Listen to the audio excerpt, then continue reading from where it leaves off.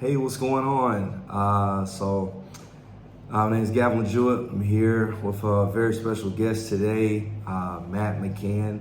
Right now, currently, I'm here in Buenos Aires, Argentina, down here for a little bit of time, a couple of weeks. And I have the privilege of being able to talk to him today about some things that are very, very interesting about the life of an international Christian missionary outside of the U.S. And so, just a little recap. Me and Matt, we first got a chance to know each other back in 2016. If you're familiar with David Platt, he was the former president of the International Missionary Board, North American, I think? International Mission Board. And so he would host what's called a secret church. And so Matt his church at the time was one of the host churches for the simulcast. And so when I found that church, I went there. And long story short, the focus of that secret church that year was on international missions, with the focus country being India. And so during one of the breakout sessions, Matt got up and basically offered to whoever was there the opportunity, if they wanted it, to be able to, come along on a mission trip, a short-term mission trip for about 10 days, I think, something like that, to India.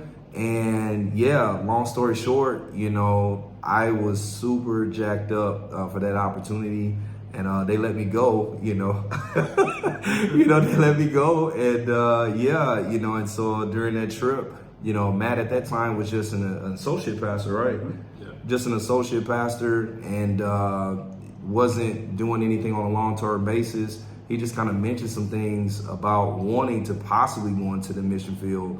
And here we are 6 years later, and he's actually doing it. So with that being said, how's it going, man? Good. Good to so did you want to say anything, man, just to start up? Appreciate you coming all this way and hanging out, spending a little time, seeing a little bit of what we got going on. And okay, all right. How we live in the ministry, and appreciate it. Okay, man. So my first question, at what point did you or Joni start to get that, I guess, that feeling that, man, I would potentially one day like to be a full-time Christian missionary outside of the U.S.? Yeah, I was called to ministry when I was about 18, and planned on being in the U.S. That was missions wasn't on my radar then, but but I was called to ministry, and I said, Lord, I'll serve you. And it wasn't until later on, one of the churches I was serving at, we took a mission trip to Mexico. The Lord began to open my eyes to other countries and how He's at work in other cultures and other languages and other things. What year was that? Oh goodness, I don't even remember. That would probably been about 2008, 2009. Okay. And then around 2010 to 2011, our church was able to partner with some missionaries in Haiti who were doing some disaster relief work after the earthquake. That earthquake, that leveled Haiti in 2010.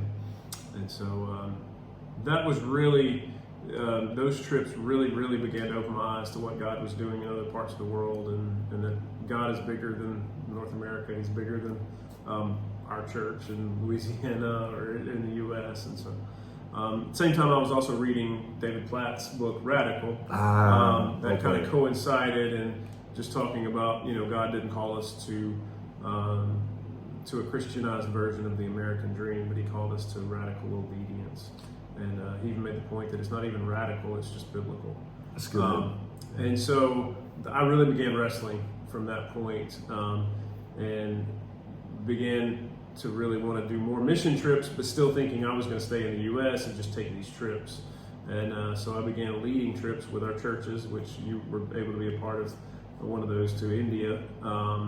Did several trips to India, trips to Spain, trips to Honduras, among other places. And the Lord just kept kind of calling me, but it was a wrestle, it was a struggle, whether or not we were going to give up and do this forever. Because I had questions, I had a lot of questions about how that would work out. And but my wife, as a little girl, doing a mission study at our church where we grew up, she felt called to missions as a little girl. Wow. I didn't know that when we got married. That's cool. And so she said, well, maybe I was just supposed to marry a pastor, not be a missionary. And then she saw the Lord start to call me towards missions. And so it was about maybe about 2015 or so when we just realized, okay, I think God's calling us to a little more than just 1 or 2 weeks a year. Wow. And so we prayed about it, and we said, God, we don't know where, but we're open. We're open. Wherever you want to send us, however you want to use us, here we are. Wow. And so that started the process. Wow. That's good, man. So next question. Who were some of the people, I would say, who most influenced you in those beginning stages to want to make that leap? Because there's a lot of people that may be considering it or maybe have thought about it, but they don't really have anybody in their life, who's actually done something like that. Yeah, and for me, that was the key. Because I had these thoughts, I had these questions, I was wrestling with these things. And sometimes they were spiritual, sometimes they were just practical questions and practical things that I was trying to think through. And so being able to connect with a missionary on the field, I had a friend named Victor, and he and his family were serving on the field. And so being able to just connect with him and ask him questions, and even sometimes just little questions like, how do you do this, or how does this work, or how about your kids, or how about your marriage, and just things like that. So really having somebody else who had done it, just to be able to talk and ask those questions and see how they lived their life, really helped me get a perspective. Okay, so my next question: how did that conversation go with your wife? What was the day or that marking point? Who brought it up first? Was it you? Like, hey, babe, you know what? Or was it like a gradual thing after so many trips? Or was it like one day you just woke up, or you were reading the Bible and you were just like, it's time? Yeah. I don't remember the exact day, but I do remember that it was a process. It was me reading and praying and thinking about it, but I was also talking about it. Like, I would talk about it with her. Okay. And I would tell her, like, what I was thinking, kind of as I was wrestling, but I would kind of beat around the bush with it because I wasn't ready to be direct yet. Yeah. And she would just listen, but she really didn't say much. And so I finally came to her one day, and it was so much on me. I was like, look, I've been talking about this and struggling with this, and you haven't said anything. What do you think? What is your stance on it? And and she said, and that's what she said to me. She said, well, I was called as a little girl. God called me as a little girl to missions. And I'm like, okay, so where does that leave us? I mean, you knew you were called. She said, I've just been watching you wrestle with it, feeling like God was calling you, but I had to wait until you were sure.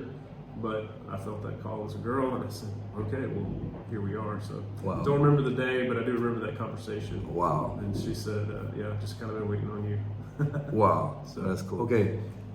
What are some of for somebody who, I guess, maybe they're feeling like God is calling them possibly to do the same thing, not necessarily with your organization that you went through, but what are some of the things that probably a full-time missionary would have to do before they could even be eligible probably to even go do something like that full-time? Yeah. First of all, I would say you need to be involved in ministry where you're at. Okay. I mean, if you're not involved in ministry where you're at, getting on a plane and going somewhere else is not going to turn you into a missionary. Yeah. So I would say, be involved where you're at. Talk about it with your local leadership. Talk about it with your pastor, and because it's not something that we just felt on our own. It was also affirmed by the community of faith around us. Yeah. So those things are really important. I would say prepare yourself spiritually, but even just theologically, and get some training, do some studying. You need to be prepared. I heard someone say, the Lord can use anyone, but if I'm going to cut down a tree and I have a choice between a sharp axe and a dull axe, I'm going to take the sharp axe. So if I have an opportunity to sharpen my skills, I need to take that opportunity. Yeah. And then, so I would say those are some things to think about. One of the major things is, and this is just a really practical thing, but I see a lot of people who say, I feel called to go, but I've got all this debt. I was gonna ask you that. Yeah. I mean, be careful with your money. Yeah. Try to get rid of debt because you can't have that hanging over you. Was that a requirement for you guys? It is. Okay. It is with us, with our organization, just as well as education. It's required. Our organization requires a certain level of education. And we have to have a very low level of debt, if not no debt. Okay. On a practical note. Okay. Yeah. All right. Yeah. And I would say even get some experience cross-culturally. Take some short-term trips.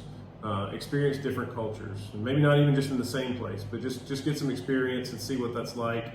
And see where you need to know yourself, and you need to know your limits and the things that you feel like you're capable of doing.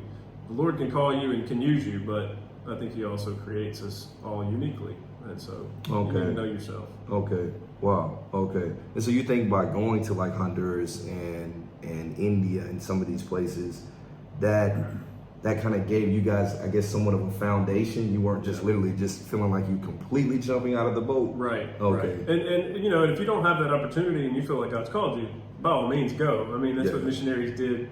Hundreds of years ago, they didn't have a chance to go on a short-term trip and check it out. So I get that, but if you have that opportunity, I'd say take it. Okay. And we also were able to see, okay, well, this was an interesting place, but I don't know that I see me serving there forever. This is an interesting culture, but that's not, and you just learn some things about yourself too. Okay. So you talked about how you don't remember the moment far as with you and your wife when y'all decided it's time. Yeah. But I'm assuming there came a moment where you guys told the kids. Yeah. So I know that there had to have been a moment for that. Yeah. What was their expression like? Because it's not just you and Joni, it's them too, you know. Absolutely. So what was that like? How was their reaction to all of that? At first it was a little bit of disbelief, like what are you talking about? Could they comprehend that? Because I know Micah and Noah, they were how old? Goodness, they would have been about 3 or 4. So. Oh, they couldn't even comprehend. They could comprehend, but Jenna was able to comprehend. John David somewhat, and it was a kind of a what are you saying? Like I'm not quite getting it. And then there was some excitement. That's really exciting. And then there were tears because they started thinking about the things that they'll miss or the people that they'll miss. Was it that day, or was it like as maybe the week or 2 weeks? It was the same day. No, it was the same day. Yeah, as they really began to think about like what all this means. It was the same day. Did y'all tell them after you had got accepted, or did you tell them just, hey, we're thinking about interviewing and going through the process? No, we waited until we were actually approved and had a job in place because we didn't want to unnecessarily put that burden on them if it were not to work out. If it were just, there's no need in doing that, so we waited to tell them. Wow. And it had to do with their age too. Now, if they were older and as teenagers, we wouldn't want to spring that on them. Okay. But that's a whole other issue too. I got you. Yeah. So how did, outside of them, what about other family members? Parents, things like this, grandparents, sisters, who were brothers, all of that. Yeah. My brother and his wife were supportive of us, and they're believers. My parents are believers. My wife's parents are believers. But our parents were devastated. They were just, oh wow. Yeah, they were pretty devastated. And there's a lot of questions about, well, what about your kids? What about my grandkids? Yeah. So that was tough. Wow. That was tough. Okay. Do you think that keeps a lot of people from actually making the leap, that family aspect? I would say, it depends on the family dynamic to begin with. Some people are more family connected to family. Yeah. And we're close knit family. So I think it definitely can for some people, and for some people it's easier to just back up and go. It's just more in their nature. But for us, it was difficult. So. When I was deployed in 2018, there was a couple moments while I was gone, and I was thinking, man, if I was a soldier back in the 1930s and I had to write a letter, send it, get there in a month, wait for them, send it back, just to see what's going on, like that would be difficult. So I imagine, like you mentioned with the missionaries earlier, if they roll back home, I mean, you probably didn't know what was going on, but would you say with technology today, it makes it a little bit easier to be able to video call just on the drop of a dime? Oh, absolutely. Absolutely. Yeah. I mean, we don't, back in those days when the missionary would leave, that was it. They were never going to see their family again. They weren't going back to the U.S. every few years that just wasn't an option. And with technology that we have now, we can just call somebody, video call. My kids will video call their cousins or their grandparents, and so it does make it easier. Okay. It does make it easier. Sometimes it makes it more difficult because sometimes when you talk to them, well, then you hear about things that are going on, and you realize what you're missing out on. So in some ways that can be hard. Okay. But overall, I think it's a blessing. Okay. I know a big thing. We're talking about being a missionary, being an international missionary. A big thing with that is going to be language. Yeah. So you guys are native-born English speakers. Right. You decided to come here to Argentina, which the language here that's spoken primarily is Spanish. Mm-hmm. So how does that work far as with the organization? Were y'all just expected to do Duolingo every day for 5 minutes, and eventually when y'all got to finish the tree, then they were like, okay, y'all can go? Or like, how did that work far as acquiring Spanish for y'all to even be effective over here? No Duolingo. Not that it hurts, but no. And we didn't speak Spanish before. We didn't know Spanish.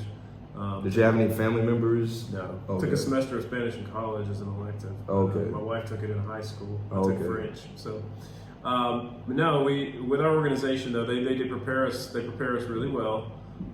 So our first year on the field, we actually went to Mexico to a city with supervisors there waiting on us. To receive us, and we went to language school. Our company paid for language school. We went 3 hours a day, 5 days a week to language school. Wow. And with nationals, with native Spanish speakers. And Wow. they didn't speak to us in English at all. None. No, just straight into Spanish. They won. They won.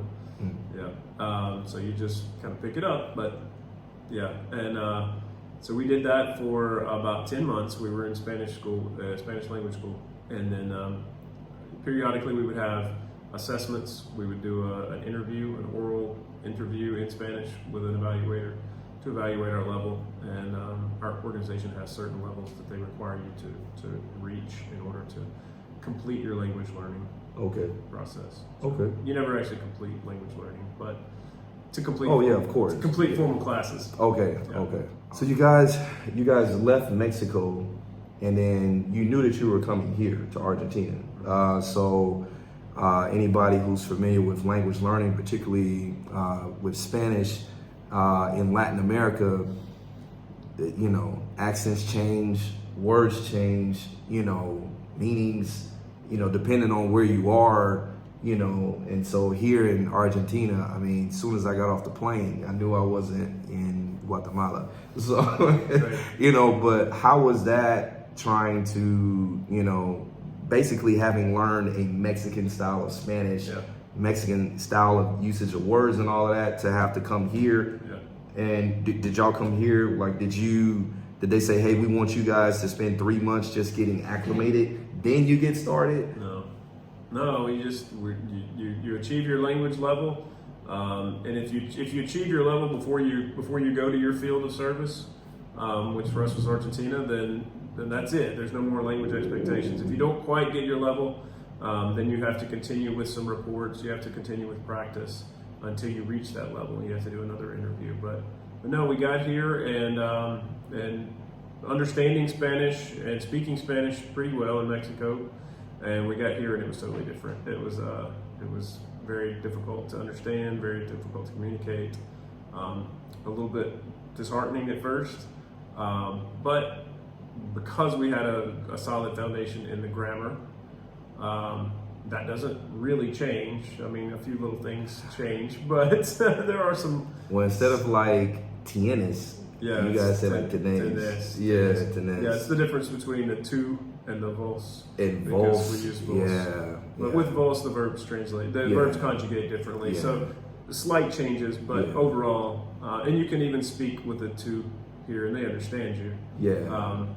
And the And show. so, yeah, the pronunciation changed. Yeah. So, but since we had that foundation, we got through that period of shock, and we were able to continue on, and then we've picked up some of the vocabulary and the pronunciation. And so since the time that y'all went to language school, that was when y'all first started? Yeah, we started in 2018.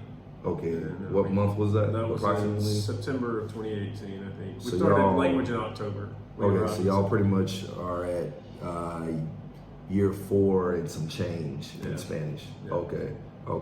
Where would you rate yourself right now for our Spanish level right now? If you had to, on a scale of 1 to 10, far as a non-native speaker, Yeah. not a native speaker. Yeah. I would say I would probably rate myself more of 7 to 8. That's very humble of So, you, sir. well, I That's appreciate very that. humble of man. I've heard him in the streets. Okay. He sounds very porteño. Okay. Well, I appreciate that. Yeah. Okay. All right, is the goal to try to keep getting better? Yeah, or- it's always learning, even though not formally. I'm not like formally learning, not formally Yeah. studying, but Yeah. I'm always. Part of being a missionary is just being a student, being a learner. Yeah. You're always learning culture. You're always learning things. Just different things about people. Being an observer, being a learner is part of it. So. Big question for me, which I'm very fascinated with different cultures. That's probably why I travel some of the places that I do. Yeah. I like seeing how people live where they are. But there's a difference because I usually just go there for a short time and then I come right back to Gringolandia. But for you guys, it's one thing to go travel somewhere, kind of like a short-term mission trip. That's a whole nother thing to actually live there. Yeah. And I don't have, other than that time frame in Kuwait, but I Right. was like on a military base, but how was that actually going from doing a short-term mission trip to actually packing up and then going to Mexico for a year? Because I imagine that was one culture, and then now you're being out here in Argentina. Yeah, well, so many times on a short-term trip, a week, 2 weeks, something like that, everything's new and exciting, and it's kind of a honeymoon period, and then you still have that when you move overseas. You move somewhere, you still have that honeymoon period, and it may last several months. But at some point, you're going to hit a culture shock moment. It's not a moment. A lot of times, it just builds up and it hits you out of nowhere, and you just start noticing like just little things about the culture. They do this, and our ethnocentrism. We think they do that wrong. Yeah. They do this wrong. They do that wrong, and that's just it. Just comes up inside of you, and so you have to work. You have to know that's coming, expect that's coming, and then recognize it for what it is when it does come, and not overreact and say, all right, but we're going to push through, and we did, and we come out on the other side, and we are able to then again appreciate the culture.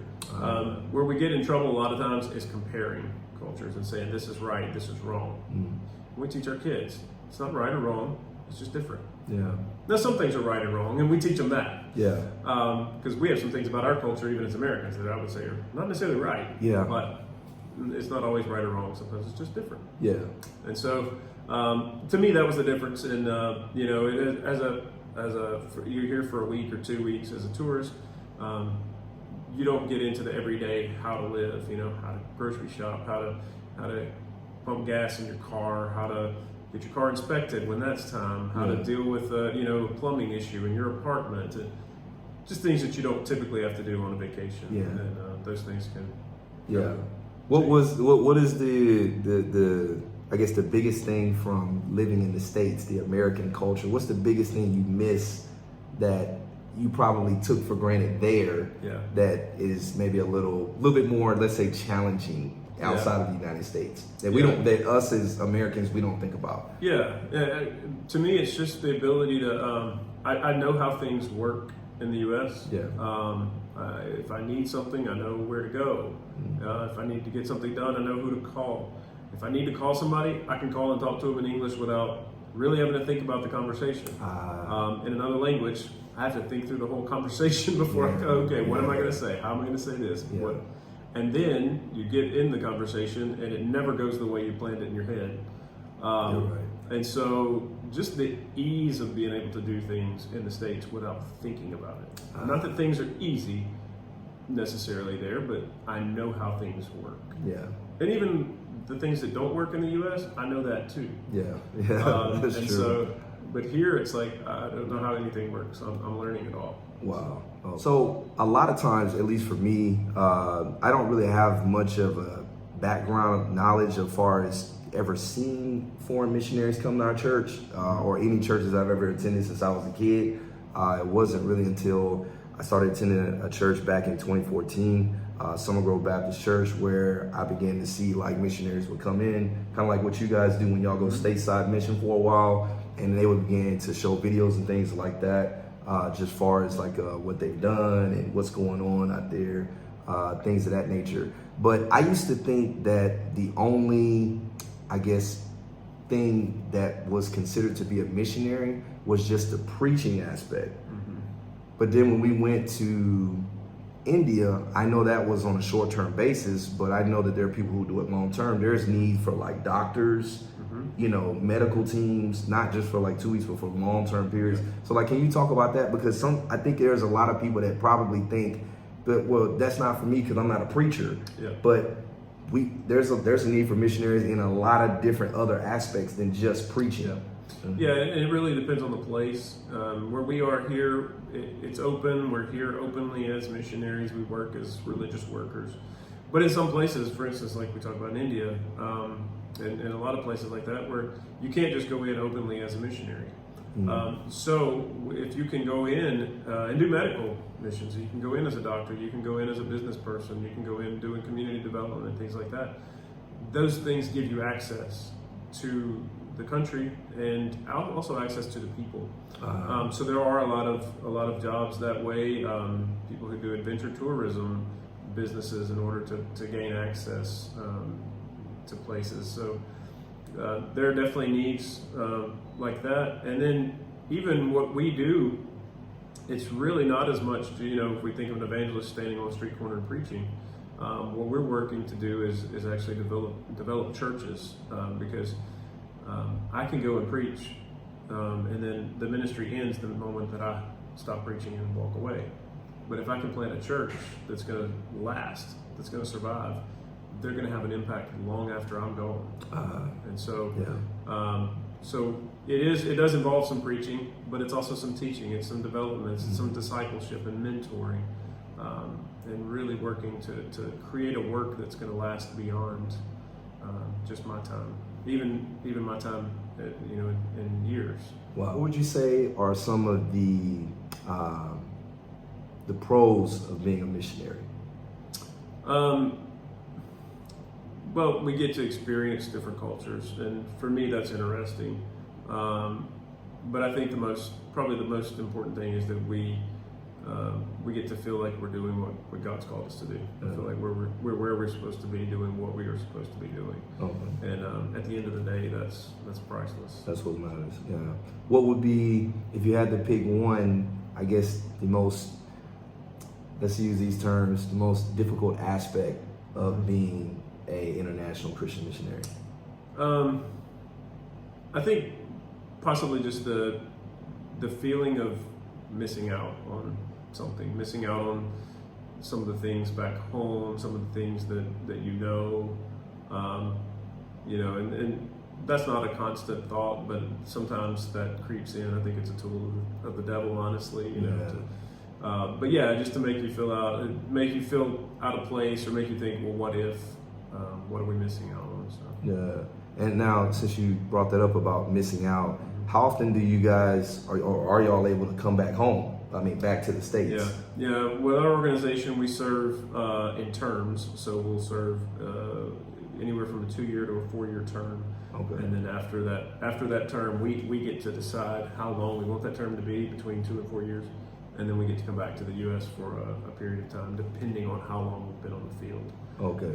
Could be anywhere from as short as 2 months to almost a year that we can be back in the U.S. Okay. So it just depends. Is it, once y'all come back and you come back home, things like that, is it kind of like, is it tough to leave family? Like, it's kind of like in the military, you know, You know, some of us, you know, we deploy often, you know what I'm saying? You go, you stay stateside for a while, then you got to go on deployments, sometimes depending on the branch, 6, 12 months, you know, just depends. So it's kind of hard, you know, to go back and forth. Yeah. I mean, is it hard coming back and then leaving again? You know, Yeah. Is it better just to stay away, just not come back? It just depends. I think it depends on the person. Okay. But for us, it's on one hand, it's hard to leave the U.S. because, like I said, things are just kind of easier there. We have family there, we have connections, we have friends there, but we also have connections here. We have friends here, and some friends that are as close as family in some ways. And so we find ourselves torn a lot of times. Sometimes when we're in the States, we're like, I'm ready to go back. And then sometimes, you know, we're like, well, I'm not quite ready to leave yet, but it really depends. But yeah, there are times where we're like, I'm ready to go back. I'm ready to be back overseas. Wow, that's cool. Home, in a way. I mean, home is where we're at together as a family, really, for us. Yeah, man. Last question: what is the best way to support you guys, your family, and just as well as other missionaries around the world? Yeah, pray for us. I mean, that's key. That's vital. That can't be understated. Pray for us. Pray for strength. Pray for boldness. Pray for us. You know, when we have hard days. Pray for us when we have good days. That that the highs don't get the best of us. Neither do the lows. So prayer. And then financially, it costs money to live and serve, and so however you can give to support missionaries, whether they're funded directly. In our case, we're sent by the International Mission Board of the Southern Baptist Convention, and so giving to your local church, if they're a member of the Southern Baptist, if you're a member of the Southern Baptist Church, giving to your church, and giving to the Lottie Moon Christmas offering. That's the Lottie Moon Christmas offering. 100% of the gifts given to that offering go to support IMB missionaries on the field. 100%. 100% of that offering goes to the field. Oh wow. So, okay. Yeah. So those are two ways, and then the third way is just I always say, what we're doing here, we want you guys to do there. Okay. So, I mean, wow. The things that we're doing here, you can be a part of what we're doing here by doing the same things there. Wow. Be a missionary where you're at. Wow. That's awesome, man. So anyway, man, that's gonna wrap it up for today, man. Once again, man, just appreciate friend Matt, man. It's been great, man. Enjoyed my time here, man. So, but yeah, man, I hope you guys enjoyed this video today, and yeah, see you soon. Appreciate it. All right, bye. God bless.